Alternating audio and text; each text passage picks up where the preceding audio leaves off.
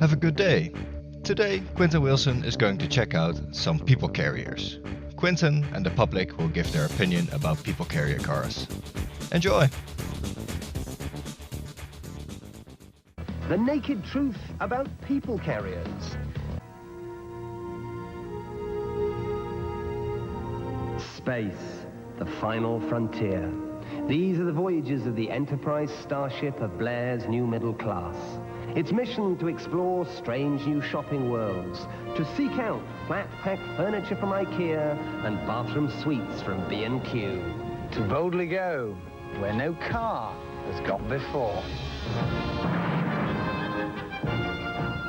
The more we buy, the more space we need to lug it all home. We're 90s consumers, and some of us even shop as a leisure pursuit. So one day, the motor industry turned round and told us that what we needed were people carriers, or breed wagons. They said, would enrich our lives and make things ever so convenient. Well, we're not so sure anymore. Listen to the unimpeachable testimony of Middle England. I bought a VW Charan 2-litre in June '96, and I just found the fuel consumption absolutely horrifying. I was really shocked. And so after about 18 months of putting up with this, I sold it, part exchanged it, and lost somewhere between £7,000 and £8,000 on the deal. I bought a Renault Espace on a whim, really. I've gone off the idea now. It's too big for me. It's difficult to park. It's difficult to find a space to park and reverse. In the space of a year now, I'm trying to sell it. I've lost over £5,000. I think I'll just go back to my estate car now. I've had the Espace for 3 years now, and quite frankly, I'd forgotten what it was like to drive an ordinary car.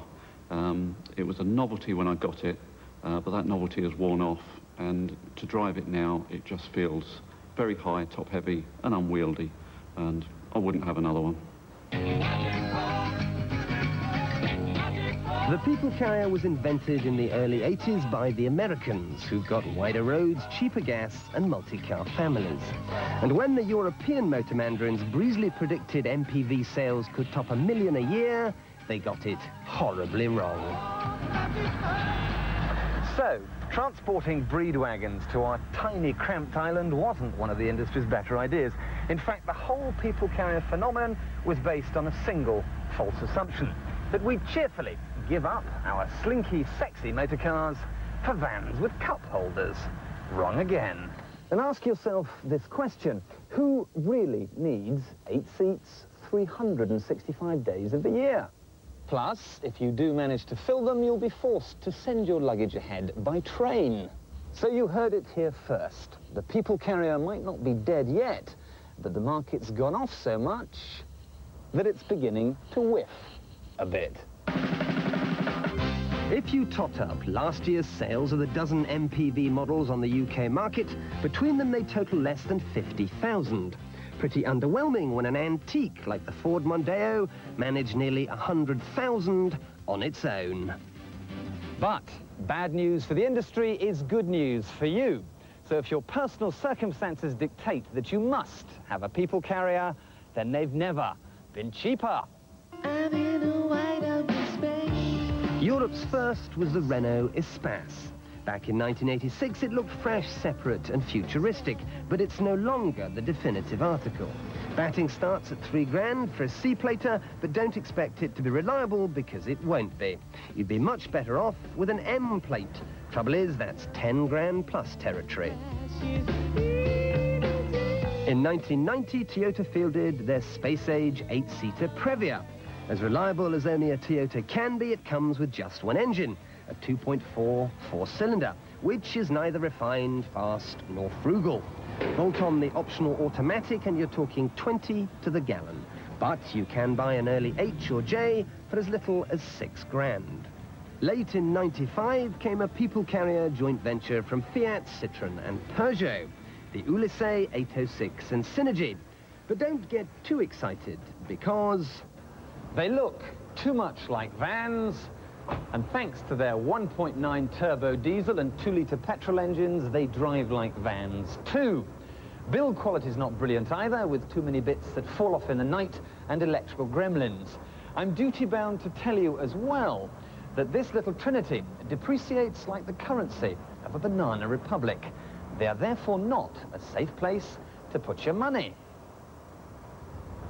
Then there was another people carrier project, the Seat Alhambra, the Ford Galaxy and the Volkswagen Charan, all broadly speaking the same and all built in the same factory in Portugal. Now these are the market leaders. These are the people carriers to go for the solid reason that they're reasonably refined and they drive like cars, not lorries. You're gonna lose that smile because of the wild.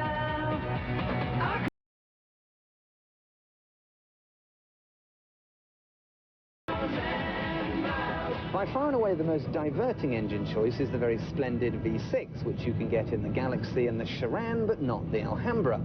It of course makes them go very quickly indeed, which is a good thing, but consume lots and lots of petrol and sell very slowly, which is a bad thing. So most people tend to opt for the very dreary 1.9 turbo diesel, which may be very thrifty, but takes, to get from 0 to 60, a glacial 20 seconds, so you won't be winning any races or even coming last.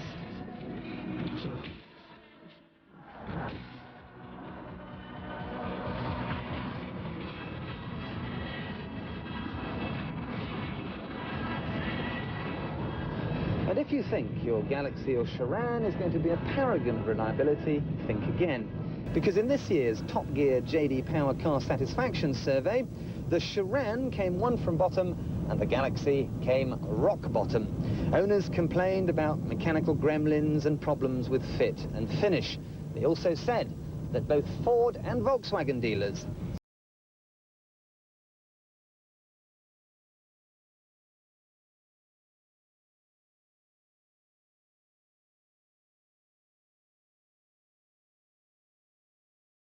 So, if your personal circumstances do dictate that you have to drive everywhere carrying a cast of thousands, then by all means buy a breed wagon.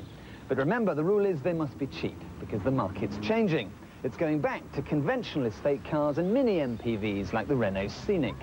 And there's also the ticklish problem that you'll be entering the testosterone-free zone of retail parks, garden centres and school-run rotors. These things are the motoring equivalent of a duffel coat. You might like to think of alternative transport solutions. Take this BMW 520i Touring. LReg, 50,000 miles.